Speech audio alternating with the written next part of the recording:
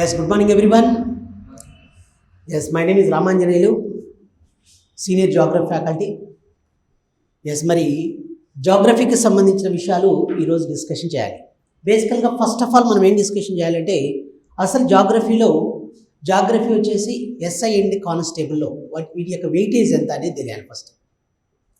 కాబట్టి వెయిటేజ్ గురించి తెలుసుకున్న తర్వాతనే మనం ఏదైనా సరే స్టార్ట్ చేయాలి. తర్వాత సిలబస్ ఏముంటాయి, ఇంపార్టెంట్ చాప్టర్స్ ఏమున్నాయి, ఇవన్నీ కూడా. ఫస్ట్ ఆఫ్ ఆల్ ఏంటి అంటే దీనికి సంబంధించిన విషయాలు మనం డిస్కషన్ చేయాలంటే జాగ్రఫీ అన్నాం. Yes, okay. జాగ్రఫీకి సంబంధించిన విషయాలు మనం ఖచ్చితంగా తెలుసుకోవాలి. ఎందుకంటే ప్రతి ఎగ్జామ్లో మన గ్రూప్ 2 ఎగ్జామ్ జరిగింది, గతంలో గ్రూప్ 1 జరిగింది. గ్రూప్ 1 అంటే ఎప్పుడో జరిగింది, తర్వాత సెకండ్ టైం ఇది. తెలంగాణ వచ్చిన తర్వాత మరి 2011లో జరిగింది, తర్వాత చాలా లేట్గా జరిగింది. జాగ్రఫీ అనేది మరి ఎస్ఐ, కానిస్టేబుల్, తర్వాత group 1, group 2 all competitive exams it plays crucial role, చాలా కీలక పాత్ర పోషిస్తుంది. అసలు ఏంటి జాగ్రఫీ యొక్క వెయిటేజ్ ఎంత ఉంది ఎస్ఐ కానిస్టేబుల్ ఎగ్జామినేషన్ అనేది ఫస్ట్ ఆఫ్ ఆల్ మనం డిస్కషన్ చేయాలి. ఈ యొక్క వెయిటేజ్ వచ్చేసి ఎలా ఉంది అంటే జాగ్రఫీకి సంబంధించిన వెయిటేజ్ చూడండి. ఈ యొక్క జాగ్రఫీకి సంబంధించిన weightage SI and constable examination, ఇక సబ్ ఇన్స్పెక్టర్ ఎగ్జామినేషన్లో వచ్చేసి దీని యొక్క వెయిటేజ్ ఎంత అంటే గతంలో మనం అంటే ఎగ్జాక్ట్లు కాదు, ఒక్కసారి మనం ఎక్స్పెక్ట్ చేస్తే ఎలా ఉంటుందంటే 30 to 35 మార్క్స్ దాకా జాగ్రఫీ క్వశ్చన్స్ ఉన్నాయి, 30 నుంచి 35 మార్కులు. ఇది ఎలా సార్ 30 to 35 మార్క్స్ అంటే జీకే రిలేటెడ్ అంశాలు, అంటే జాగ్రఫీ ఇస్ నథింగ్ బట్ జీకేతోను. తర్వాత రెండవది వచ్చేసి ఏంటి సార్ అంటే ఎకనామికల్ జాగ్రఫీ అంటే ఇప్పుడు for example agriculture, soil, irrigation projects, next one industries, minerals and energy resources, next one వచ్చేసి ట్రాన్స్పోర్ట్ సిస్టమ్. ఇవన్నీ కూడా ఏంటంటే ఎకనామికల్ జాగ్రఫీలతో చాలా అసోసియేషన్ ఉంటుంది, చాలా దగ్గర సంబంధం, very familiar relation.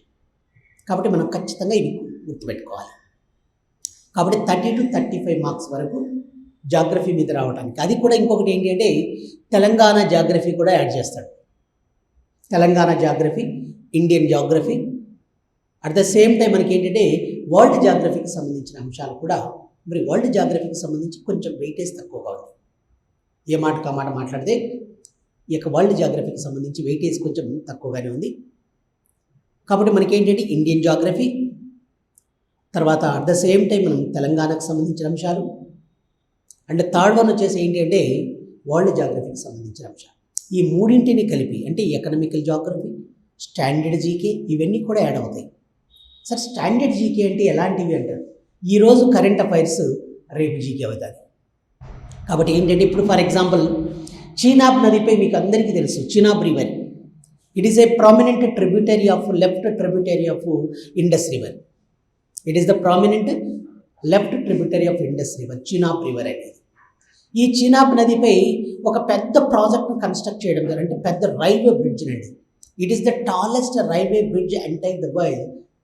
It is bigger than, it is taller than Eiffel tower in Paris నగరంలోని ఇక ఈఫిల్ టవర్ కని ఎత్తైన రైల్వే బ్రిడ్జ్ని మన దగ్గర కన్స్ట్రక్ట్ చేశారు, జమ్మూ అండ్ కాశ్మీర్. ఇలాంటి అంశాలు అప్పుడు మాత్రం అది కరెంట్ అఫైర్స్, ఇప్పుడు జీకే. కాబట్టి అన్నింటితోనూ ఒకదానితో ఒకటి రిలేషన్, వెరీ ఫ్యామిలియర్ రిలేషన్, చాలా దగ్గర సంబంధాన్ని కలిగి ఉంటాయి. కాబట్టి ఇవి మనకు ఖచ్చితంగా జీకే పర్పస్లో మనకు యూజ్ అవుతుంది. తర్వాత ఎకనామికల్ జాగ్రఫీకి సంబంధించి యూజ్ అవుతుంది. అట్ ద సేమ్ టైం మీకు ఇంకొకటి ఏంటంటే బయోడైవర్సిటీ. ఈ మధ్యకాలంలో బాగా అంటే ఫ్రీక్వెంట్గా అడిగే క్వశ్చన్లు ఏంటి సార్ అంటే బయోడైవర్సిటీస్. విన్నారా మీరు? బయోడైవర్సిటీస్ అంటే బయోడైవర్సిటీ అంటే జీవరక్షిత ప్రాంతాలు అంటారు. జీవరక్షిత ప్రాంతాలు అంటే పర్టికులర్గా మనం ఏం చెప్పచ్చు అంటే to conserve the flora and fauna. Conserve the flora and flora is nothing but plantation, fauna means wild animals. ఇది ఏంటంటే ఎకాలజీకి సంబంధించిన అంశం, ఎకాలజీ. మరి ఇది ఎక్కడ వస్తుంది సార్ మనకు జాగ్రఫీలో అని మీరు doubt. Forest and wild life అనే ఒక లెసన్ ఉంది కదా సార్ మనకు, ఫారెస్ట్ అండ్ వైల్డ్ లైఫ్. కాబట్టి ఎన్ని అంశాలు ఎడైతే చూడండి, ఒకటేమో జాగ్రఫీ, ఒకటి రెండవది స్టాండర్డ్ జీకేకి సంబంధించి static information. And third one వచ్చేసి ఏంటంటే ఎకాలజీకి సంబంధించిన అంశాలు యాడ్ అయ్యాయి. తర్వాత ఎకనామికల్ జోగ్రఫీకి సంబంధించిన అంశాలు కూడా యాడ్ అయ్యాయి. అక్కడక్కడ మనం ఏం చేస్తాం సార్ అంటే కొంత మసాలా కూడా వేస్తాం. టేస్ట్ ఉండాలంటే మసాలా పడాలి ఖచ్చితంగా. అవునా కాదమ్మా? ఏ మాస్టర్స్ పలకండి. మీరు కొంచెం మీ దగ్గర నుంచి రెస్పాన్స్ వస్తే మేము కూడా చెప్పాలనిపిస్తుంది సార్. మీరు ఏం మాట్లాడకపోతే నేనేం మాట్లాడలేను, మాటలు రావు. కాబట్టి మీ సైడ్ నుంచి కూడా రెస్పాన్స్ అనేది బాగా ఉండాలి. బేసికల్గా ఏంటి సార్ అంటే కరెంట్ అంశాలంటే ఎలాంటివి అంటే ఇప్పుడు ఫర్ ఎగ్జాంపుల్ తెలంగాణ ఉంది. తెలంగాణకు సంబంధించిన అంశాలు చెప్పేటప్పుడు ఏం చెప్తా? కరెంట్ అఫైర్స్ కూడా చెప్తా. ఏంటి సార్ కరెంట్ అఫైర్స్ ఏం చెప్తావు సార్ నువ్వు అంటారు. త్వరలో సార్ మన దగ్గర తెలంగాణ రాష్ట్రంలో హైదరాబాద్ నగరంలో మిస్ వరల్డ్ పోటీలు కూడా జరగనున్నాయి. మిస్ వరల్డ్ మరి మిస్ వరల్డ్ పోటీలు జరుగున్నాయి. అది కరెంట్ అఫైర్స్ సార్. దానికి సంబంధం ఏం సార్ అంటారు. మిస్ వరల్డ్కి వచ్చే వాళ్ళందరూ కూడా హైదరాబాద్ అంటే ఎట్లుంటుందో చూడాలని ఎవరికైనా కూడా కొంచెం డిజైర్ ఉంటుంది, కోరిక ఉంటుంది. రండిమా, హైదరాబాద్కి వచ్చే వాళ్ళు ఏమనుకుంటారంటే ఎక్కడెక్కడో ప్రపంచవ్యాప్తంగా అక్రాస్ ద వరల్డ్, ప్రపంచవ్యాప్తంగా అన్ని ప్లేసుల నుంచి వస్తారు చూడటానికి. వచ్చిన తర్వాత ఇక్కడ ఏమైనా హిస్టారికల్ ప్లేసెస్ ఉన్నాయా, తర్వాత వచ్చేసి టూరిజం స్పాట్స్ ఉన్నాయా, ఇవి చూడాలని ఎవరికి కూడా తగలాడుతుంటుంది. అప్పుడు ఇమ్మీడియట్గా మీకు నేనేం చెప్తాను సార్ అంటే తెలంగాణ జరూర్ ఆనా. ఏంటి సార్ ఇది? టూరిజానికి సంబంధించి. Tourism is nothing but geography. కాబట్టి కరెంట్ అఫైర్స్ కూడా అక్కడక్కడ మనం విషయాలు చెప్పాలి. తెలంగాణ రాష్ట్రంలో ఇంకొకటి ఏంటంటే టర్మరిక్. ఎప్పటి నుంచో గగ్గోలు పెడుతున్నాం. మా దగ్గర తెలంగాణ రాష్ట్రంలో దేశంలోనే టర్మరిక్ ప్రొడక్షన్లో number 1 place, as per area, as per production, top in India. కాబట్టి మన దగ్గర టర్మరిక్కి సంబంధించిన రీసెర్చ్ కానీ బోర్డు కానీ ఏంది లేదు.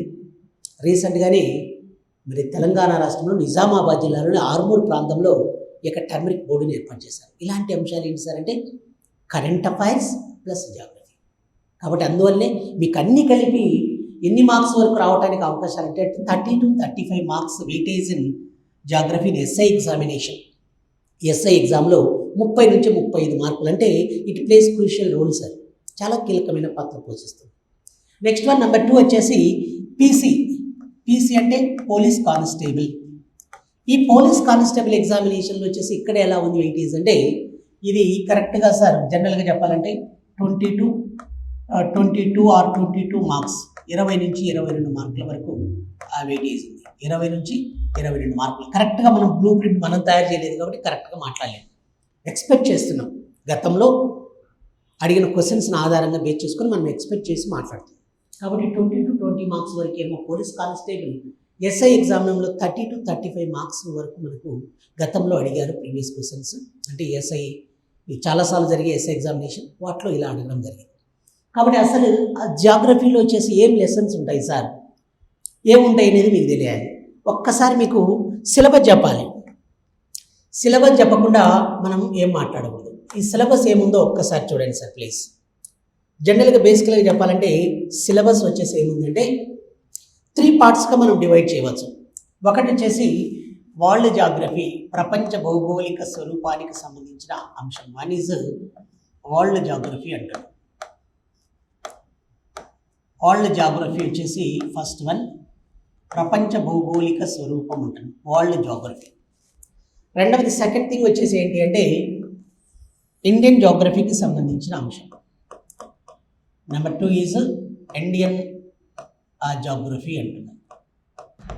ఇక ఇండియన్ జాగ్రఫీకి సంబంధించిన ఇన్ఫర్మేషన్ రెండవది. ఇలా 3 పార్ట్స్గా డివైడ్ చేస్తున్నాం. And third one is Telangana regional geography sir. Telangana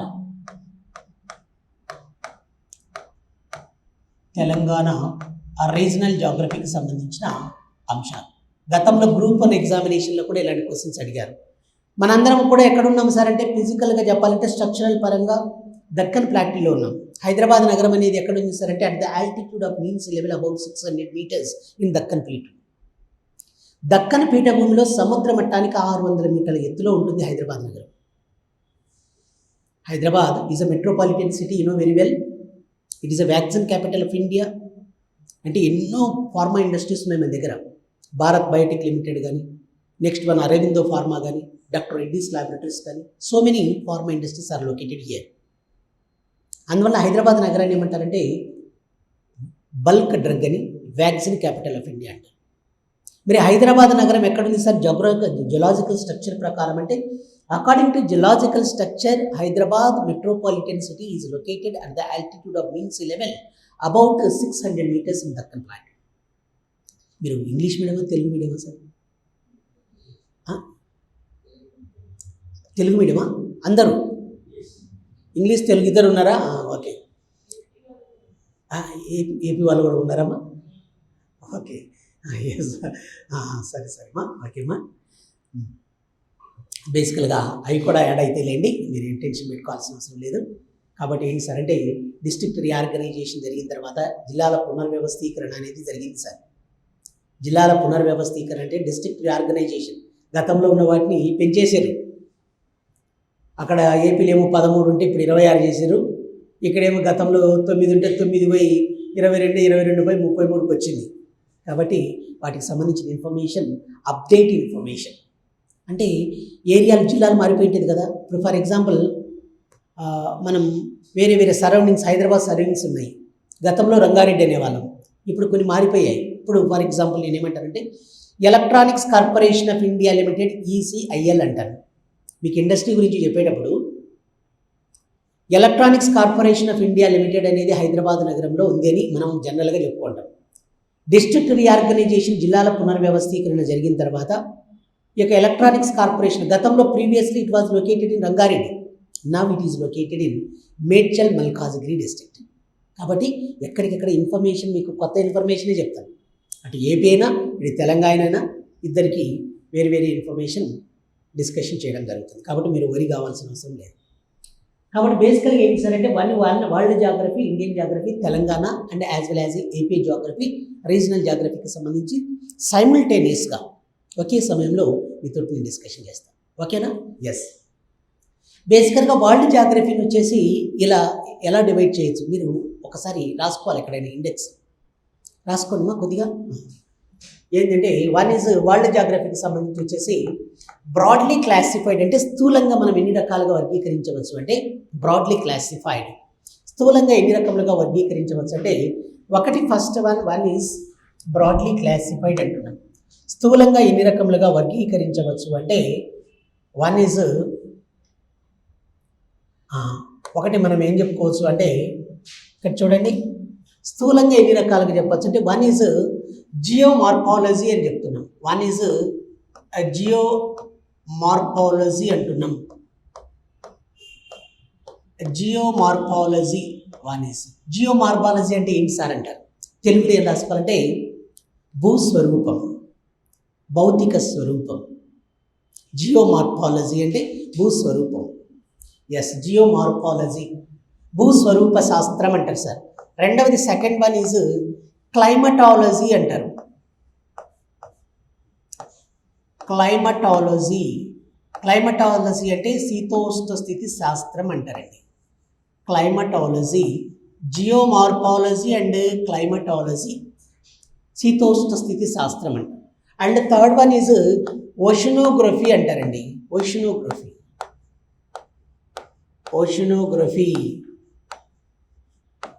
oceanography అంటే సముద్ర శాస్త్రం. One is geomorphology, number 2 is climatology and third one is oceanography అని ఇలా 3 కేటగిరీస్గా డివైడ్ చేయడం జరుగుతుంది. తెలుగులో ఏమంటారమ్మా? ఒకటి ఏమంటే జియోమార్ఫాలజీ అంటే భూస్వరూప శాస్త్రం అంటారు. అంటే పర్వతం అంటే ఏంటి, mountain, what is mean by mountain. పీఠభూమి అంటే ఏంటి, ప్లాట్యూ అంటే ఏంటి, ప్లెయిన్ అంటే ఏంటి, డెల్టాలు అంటే ఏంటి, ఇవన్నీ మీకు ఐడియా ఉంటుంది, పేరు వినింటారు. కానీ వాటి యొక్క కరెక్ట్ నిర్వచనం, కరెక్ట్ డెఫినేషన్ తెలిసి ఉండకపోవచ్చు. అవి మీకు నేను చెప్తాను. దేంట్లో చెప్తామా? జియోమార్ఫాలజీ, భూస్వరూప శాస్త్రంలో చెప్పడం జరుగుతుంది. నెంబర్ 2 ఈజ్ క్లైమటాలజీ అంటారు. శీతోష్ణ స్థితి శాస్త్రం, క్లైమటాలజీ. ఇక్కడ మీకు నేను ఏమేమి డిస్కషన్ చేస్తానంటే, క్లైమటాలజీకి సంబంధించి troposphere, stratosphere, mesosphere, ionosphere, exosphere ఇలాంటివన్నీ చెప్తాను. మీకు ఐడియా రావటానికి ఏం చేస్తారంటే, రీసెంట్గానే యుఎస్ ఆస్ట్రోనాట్, అమెరికన్ ఆస్ట్రోనాట్, ఎవరు సార్ ఆమె? సునీత విలియమ్స్. మొన్ననే కదమ్మా వచ్చింది. పాపం 8 నెలల కానీ టూర్ కరు పోయింది. 8 నెలలు రీసెర్చ్ సార్. అక్కడ పరిశోధన చేయడానికి 8 రోజుల కంటే పంపించింది నాసా. అక్కడ సాంకేతిక లోపం వల్ల 80 డేస్కి బదులు 9 months ఉండాల్సి వచ్చింది పాపం. ఇక సునీత విలియమ్స్ వచ్చేసి 9 months వచ్చేసి ఇంటర్నేషనల్ స్పేస్ స్టేషన్ ISS అంటారు. ISS international space station. ఈ యొక్క ఇంటర్నేషనల్ స్పేస్ స్టేషన్ అనేది మరి వాతావరణంలో ఎంత హైట్లో ఉంటుంది. ఈ యొక్క ఇంటర్నేషనల్ స్పేస్ స్టేషన్ అనేది మీకు క్లైమటాలజీలో అక్కడ వస్తుంది. మనకు ట్రోపో అన్నం, స్ట్రాటో అన్నం, మెసోస్పియర్ అన్నం, థర్మోస్పియర్ అన్నం, ఎక్సోస్పియర్ అన్నం. ఏ స్పియర్లో, ఏ పొరలో, ఏ వాతావరణ పొరలో ఇంటర్నేషనల్ స్పేస్ సెంటర్ అనేది ఉంది అనేది మీకు నేను డిస్కషన్ చేస్తాను. కాబట్టి అక్కడ మీకు కరెంట్ అఫైర్స్ వచ్చినట్టే కదా సార్. కరెంట్ అఫైర్స్ అంశాలు కూడా మీకు వస్తాయి. కాబట్టి ఎవరితో కలిసిపోయారు, మరి 9 నెలల క్రితం దేంట్లో పోయింది, తర్వాత దేంట్లో వచ్చింది, ఇలాంటి అంశాలు కూడా మనం ఒక్కసారి అలా మీతో నేను చెప్తే మీకు డిస్కషన్ చేసిన వల్ల మీకు యూజ్ అవుతుంది. కాబట్టి 1 ఈజ్ జియోమార్ఫాలజీ, భూస్వరూప శాస్త్రం అన్నాం. నెంబర్ 2 ఈజ్ క్లైమటాలజీ, శీతోష్ణ స్థితి శాస్త్రం. తర్వాత ఓషనోగ్రఫీ అంటున్నాం, అంటే సముద్ర శాస్త్రం. వీటికి సంబంధించిన విషయాలు కూడా మీకు తెలియాలి. అంటే ముఖ్యంగా సముద్రాలు ఎన్ని ఉన్నాయి 5 అని మీరు టక్కని చెప్పేస్తారు. కానీ మనం డిస్కషన్ చేయాల్సింది ఓన్లీ 3 ఓషన్స్ గురించి డిస్కషన్ చేస్తాం. అది ఎందుకనేది మీకు నేను అక్కడ చెప్తాను, ఇక్కడ చెప్పాను. రెండవది, సెకండ్ థింగ్ చూడండి, ఇండియన్ జాగ్రఫీకి సంబంధించిన ఇన్ఫర్మేషన్ ఏముంటుంది సార్ ఇండియన్ జాగ్రఫీలో. ఫస్ట్ ఆఫ్ ఆల్ అందరు కూడా మీకు ఎలా చెప్తుంటారంటే, మీరు ఎక్కడైనా సరే వెళ్తే జాగ్రఫీకి చెప్పేటప్పుడు ఫస్ట్ స్టార్టింగ్లోని ఫిజికల్ స్ట్రక్చర్ చెప్తారు. ఫిజికల్ స్ట్రక్చర్ ఓకే బాగానే ఉంటుంది. కానీ మరి ఎంత ఏరియా ఎంత ఉంది, ఎన్ని రాష్ట్రాలు ఉన్నాయి, ఏంది అది తెలియకుండా మనం ఫిజికల్ స్ట్రక్చర్, హిమాలయాలు ఉంటే భారతదేశానికి ఉత్తర భాగంలో హిమాలయాలు ఉన్నాయి, దక్కన్ పీఠభూమి కింద ఉంది, అది కాకుండా ముందు భారతదేశం ఎన్ని రాష్ట్రాలు ఉన్నాయి, ఎన్ని కేంద్రపాలిత ప్రాంతాలు, యూనియన్ టెరిటరీస్ ఉన్నాయి, సీ కోస్టల్ రీజియన్ ఎక్కడుంది, అది ముందు మనం అవి డిస్కషన్ చేయాలి. భారతదేశానికి సరిహద్దు పొడవెంత, మనం అప్పుడప్పుడు కాంట్రవర్షియల్ అంశాలు ఉంటాయి. ఇండియా చైనా మధ్య, ఇండియా పాకిస్తాన్ మధ్య. ఇప్పుడు చూడండి, మీరు తరచుగా బలూచిస్తాన్ విన్నారా సార్? బలూచిస్తాన్ పేపర్ చూడాలి మీరందరూ కూడా. రీసెంట్గానే దగ్గర 240 మంది బలూచిస్తాన్ తీవ్రవాదులు అంటున్నాం. వాళ్ళు మేము తీవ్రవాదులం కాదు, మా స్వేచ్ఛ కోసం మేము ఇలా చేస్తున్నాం, మేము తీవ్రవాదులం కాదని వాళ్ళు అంటారు. కానీ పాకిస్తాన్ ఏముంటుందని మీరు తీవ్రవాదులు అంటారు. కాబట్టి ఇలా విషయాలు ఉన్నాయి, అలాంటి అంశాలు అడుగుతారు. మరి అవన్నీ తెలియకుండానే మనం ఒకటేసారి ఫిజికల్ స్ట్రక్చర్ చెప్పామనుకో మీకు ఐడియా రాదు. క్వశ్చన్స్ ఈ మధ్య కాలంలో ఎలా అడుగుతున్నారంటే, ఏపీపీఎస్సీ కావచ్చు, టీజీపీఎస్సీ కావచ్చు, పిఆర్బి పోలీస్ రిక్రూట్మెంట్ బోర్డు కావచ్చు, ప్రజెంట్ బర్నింగ్ టాపిక్స్ మీద వీళ్ళకి ఐడియా ఉందా లేదా అనేది వాడు చూస్తున్నాడు. ఎంతసేపు ఉన్నా చెప్పింది చెప్పకూడదు అనమాట. హిమాలయాల్లో ఎత్తైన శిఖరం మౌంట్ ఎవరెస్ట్ రోజు చదివి మనం బోర్ కొడుతుంది. అవునా కదమ్మా? మౌంట్ ఎవరెస్ట్ 8848 meters రోజు చదివింటాం. అది అడగడు సార్, రోజు చెప్పింది చెప్పకూడదు. కాబట్టి మీకు ఎలాంటి క్వశ్చన్స్ అడుగుతారు సార్ అంటే, ఇటీవల కాలంలో బలూచిస్తాన్ అనేది తరచుగా వార్తల్లో నిలుస్తుంది. అసలు ఏంటి బలూచిస్తాన్ లొకేషన్ పరంగా, జాగ్రఫికల్ పరంగా ఎక్కడుంది, ఇది తెలియకుండానే మనం ఏం మాట్లాడకూడదు. అందుకని స్ట్రక్చర్ మనకు చుట్టూ ఏముంది అనేది మనకు తెలియాలి. దాన్ని మనం లొకేషన్ అండ్ సైజ్ అంటున్నాం. బలూచిస్తాన్ ఇక పాకిస్తాన్ ఆర్మీ వాళ్ళు ట్రైన్లో పోతుంటే దాన్ని హైజాక్ చేసి వాళ్ళ యొక్క డిమాండ్ని తీర్చిపోయేసరికి అందరినీ చంపేసారు. అప్పుడు పాకిస్తాన్ ఏముంటుంది, ఈ రెచ్చగొట్టిందంతా ఇండియానే అని అంటుంది. ఏం మాట్లాడతారా మీరు? నోరు ఉందని ఏది మడితే అది మాట్లాడతారా? అది నోరా తటిమట్ట అని భారతదేశం అంటుంది. వాళ్ళు మాత్రం అలానే అంటున్నారు. ప్రోత్సహించింది ఉగ్రవాదాన్ని, టెర్రరిజాన్ని మీరే బాగా కోపప్ చేశారు అని భారతదేశం పాకిస్తాన్ అంటుంది. కాబట్టి ఈ యొక్క బలూచిస్తాన్ అంటే ఏంటి, పాక్ ఆక్యుపైడ్ కాశ్మీర్ అంటే ఏంటి, సింధ్ ప్రావిన్స్ అంటే ఏంటి, ఇండియా పాకిస్తాన్ల మధ్య బౌండరీ లైన్ ఏమంటారు, తర్వాత ఇండియా చైనాల మధ్య గొడవలు అవుతున్నాయి తరచుగా, మరి ఎక్కడున్న ఇంటర్నేషనల్ బౌండరీ లైన్ ఏమని పిలుస్తారు, ఇవన్నీ కూడా తెలియాలి సార్. అది తెలియకుండానే హిమాలయాలు దక్కన్ పీఠభూమి విన్నామనుకో,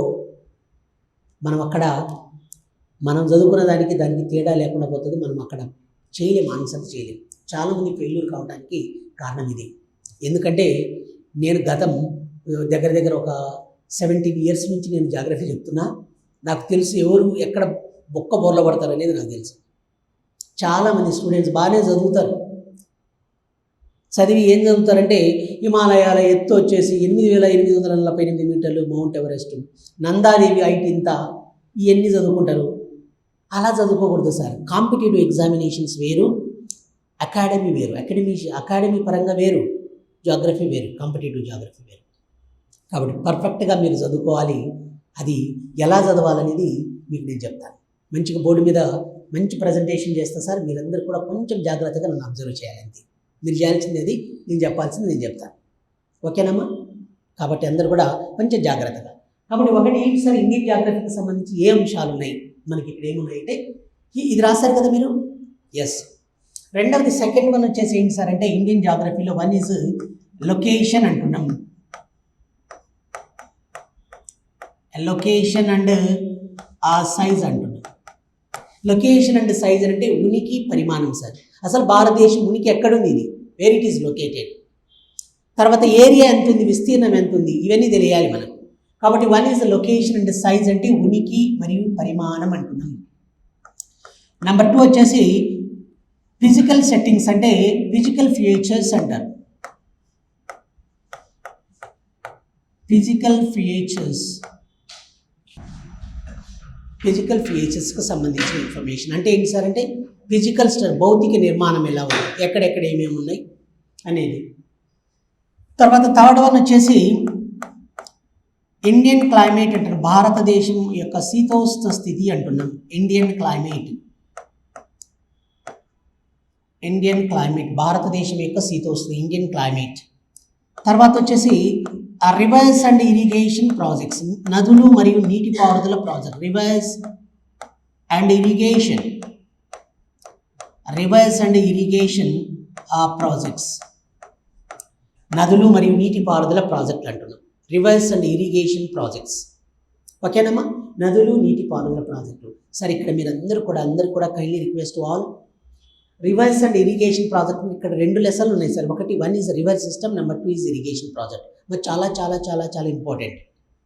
ఓకేనా? చాలా చాలా ఇంపార్టెంట్. కొంచెం జాగ్రత్తగా అబ్జర్వ్ చేయాలి. రివర్స్ అండ్ ఇరిగేషన్ ప్రాజెక్ట్స్, నదులు, నదీ వ్యవస్థ. రెండవది నీటిపారుదల ప్రాజెక్ట్. 2 లెసన్లు ఉన్నాయి. ఓకే, నెక్స్ట్ వన్ వచ్చేసి ఇంకా ఏంటి సార్ అంటే next one is forest and wild life. Forest and wild life అంటున్నాం. ఫారెస్ట్ అండ్ వైల్డ్ లైఫ్ అంటే అడవులు మరియు వన్య సంపద అంటారు తెలుగులో అమ్మ. అడవులు మరియు వన్య సంపద, అడవులు మరియు వన్య సంపద అని లెసన్. అడవులు మరియు వన్య సంపద అంటున్నాం. ఓకేనా? అడవులు మరియు వన్య సంపదకు సంబంధించిన ఇన్ఫర్మేషన్. అడవులు, వన్య సంపద అంటారు దీన్ని. Forest and wildlife very very very important lesson అండి. ఇది కూడా చాలా పెద్ద లెసన్, చాలా ఇంపార్టెంట్ లెసన్ ఇది. Forest and wildlife. Next one soil and soils. Next one types of soils, మృత్తికల రకాలు. Types of soils. Next one soil erosion. Soil erosion అంటున్నాం. సాయిల్స్ మృత్తికలు, types of soils. Soil erosion అంటే ఏంటి sir అంటే మృత్తికా క్రమక్షయం అంటారు. అంటే మట్టి కొట్టుకుపోతుంది కదా, క్రమక్షయం అంటే ఒక దగ్గర నుంచి ఇంకొక దగ్గర మట్టి కొట్టుకుపోవడాన్ని సాయిల్ ఎరోజన్ అంటారు. కాబట్టి ఇక్కడ మీరు ఏం రాసుకోవాలంటే soils, types of soils and soil erosion. Soils, types of soils and soil erosion. మృత్తికలు, మృత్తికల రకాలు. సాయిల్ ఎరోజన్ అంటే మృత్తికా క్రమక్షయం. చాలామంది ఏమంటుంటారంటే మనం చూస్తూ ఉంటాం విలేజెస్ నుంచి, అందరు కూడా విలేజెస్ వాళ్ళే కదా. జనరల్గా ఏంటంటే మన పొలంలో చూస్తుంటాం, వర్షాలు ఎక్కువ పడ్డప్పుడు వాటర్ స్పీడ్ వల్ల, వేగం వల్ల మట్టి ఒక దగ్గర నుంచి ఇంకొక దగ్గరికి షిఫ్ట్ అవుతుంది. దాన్ని మనం ఏమంటామంటే జాగ్రఫికల్ పరిభాషలో, జాగ్రఫికల్ టర్మినాలజీ ఏమంటారంటే సాయిల్ ఎరోజన్, మృత్తికా క్రమక్షయం అంటారు. అవి ఎలా ఉంటాయి ఏంటి అనేది మీకు నేను చెప్తాను. ఓకేనా? ఎస్. నెక్స్ట్ వచ్చేసి ఇంకా ఏంటంటే అగ్రికల్చర్ అండ్ అలైడ్ యాక్టివిటీస్ అంటున్నాం. Agriculture and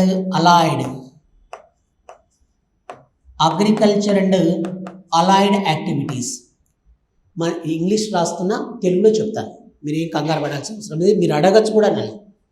agriculture and allied activities అంటే వ్యవసాయం మరియు అనుబంధ రంగాలు అంటారు. తెలుగులో ఏమంటారమ్మా? వ్యవసాయం అనుబంధ రంగాలు, అగ్రికల్చర్ అండ్ అలైడ్ యాక్టివిటీస్ అంటారు. అగ్రికల్చర్ అండ్ అలైడ్ యాక్టివిటీస్ అంటే వ్యవసాయం అనుబంధ రంగాలు, అగ్రికల్చర్ అండ్ అలైడ్ యాక్టివిటీస్ అంటారు. Yes.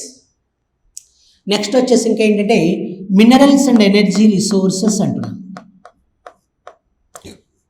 Minerals and energy resources. ఈ యొక్క మినరల్స్ అండ్ ఎనర్జీ రిసోర్సెస్ అంటున్నాం కదా, వీటిని తెలుగులో ఏమంటారు అనేది మీకు తెలియాలి. వీటిని ఏమంటారంటే ఖనిజాలు మరియు శక్తి వనరులు అంటారు. ఖనిజాలు మరియు శక్తి వనరులు, minerals and energy resources. Minerals and energy resources అంటారు. ఖనిజాలు మరియు శక్తి వనరులు అనే అంశం, మినరల్స్ అండ్ ఎనర్జీ రిసోర్సెస్. ఓకేనమ్మా? ఎస్. నెక్స్ట్ వచ్చేసి ఇంకేంటి సార్ అంటే ఇండస్ట్రీస్, పరిశ్రమలు. ఇండస్ట్రీస్ అనే అంశం అంటే పరిశ్రమలు అంటున్నాం. ఇండస్ట్రీస్, పరిశ్రమలు. ఫైనల్గా ఏంటి సార్ అంటే ట్రాన్స్పోర్ట్ సిస్టమ్ అంటున్నాం, రవాణా వ్యవస్థ. ట్రాన్స్పోర్ట్ సిస్టమ్, రవాణా వ్యవస్థ అనే అంశం. One is industries and transport system. ఓకేనా? ఇవి మీరు ఖచ్చితంగా గుర్తుపెట్టుకోవాలి. Very very very very important information. ఓకేనా? ఎస్. ఇది మీ సిలబస్ అమ్మా. వీటి మీద మనం అంటే ఏంటి సార్ అంతేనా అనుకుంటారు మీరు. అంతేకాదు, చాలా ఉంటుంది ఇన్ఫర్మేషన్. వాటి మీద మనం ఒక్కొక్క దాని మీద చాలా ఇన్ఫర్మేషన్ మనం చెప్పాల్సి వస్తుంది. ఓకేనా? ఎస్. అక్కడ తెలంగాణ అండ్ ఏపీ అని రాసుకున్నారు కదా, తెలంగాణ ఏపీలో సేమ్ చాప్టర్స్ ఇవే ఉంటాయి. లొకేషన్ అండ్ సైజ్, ఉనికి పరిమాణం, తెలంగాణ అయినా ఏపీ అయినా. నెక్స్ట్ వన్ ఫిజికల్ ఫీచర్స్, భౌతిక స్వరూపం ఎలా ఉంది, అక్కడ ఎలా ఇక్కడ ఎలా అనేది. తర్వాత ఇండియన్ క్లైమేట్ బదులు Telangana climate and AP climate. Next one reverse and irrigation projects, అక్కడ ఇక్కడ రెండు ప్లేసులు. తర్వాత forest and wild life, AP and Telangana. Next one soils and types of soils, AP and Telangana. Next one agriculture and allied activities, AP and Telangana. Next one minerals and energy resources, Telangana and Andhra Pradesh. Next one industries, Telangana and Andhra Pradesh. Transport system, Telangana and Andhra Pradesh, India. మొత్తం అన్నీ cover అవుతాయి. కాబట్టి చాలా మనం బ్రాడ్లీగా మంచి బాగా expand చేసి మరి ఇన్ఫర్మేషన్ అంతా చెప్పాల్సి ఉంటుంది. ఇది మీ syllabus. World geography, India and Telangana, తర్వాత ఇండియాకి సంబంధించిన అంశాలు ఇవి మీరు ఖచ్చితంగా గుర్తుపెట్టుకోవాలి. Very very very very important information మీకు మీ అందరికీ కూడా అందిస్తాం. ముందు మనం ఏ చాప్టర్స్ ఉన్నాయని తెలుసుకుంటేనే మనం సక్సెస్ కాగలం. ఏం తెలియకుండా ఏం రాయగలుగుతాం సార్? సిలబస్ లేకుండా మనం ఏం చేయలేము. మనకంటూ ఒకటి ఉండాలి. ఓహో, ఫలానా జాగ్రఫీలో ఈ చాప్టర్స్ ఉన్నాయి, హిస్టరీలో ఈ చాప్టర్స్ ఉన్నాయి, ఎకానమీలో ఈ చాప్టర్స్ ఉన్నాయి, కరెంట్ అఫైర్స్లో మనం ఇలా చదువుకోవాలి. ముందు మనం అది తెలుసుకుంటే ఆటోమేటిక్గా మనకు ఏంది అనేది తెలిసిపోతుంది. ఏం తెలియకుండా గుడ్డెద్దు పొలంలో పోయి దున్నినట్టు ఉంటుంది. ఎన్ని రోజులు దున్నినా అది రత్తికి రాదు సార్. కాబట్టి గుడ్డెద్దు పొలంలో వేసినట్టు కాదు సార్, మనకంటూ ఒక కరెక్ట్ విజన్ ఉండాలి. ఆ విజన్ ఉన్నప్పుడే మనం సక్సెస్ కావడానికి అవకాశాలు ఎక్కువ.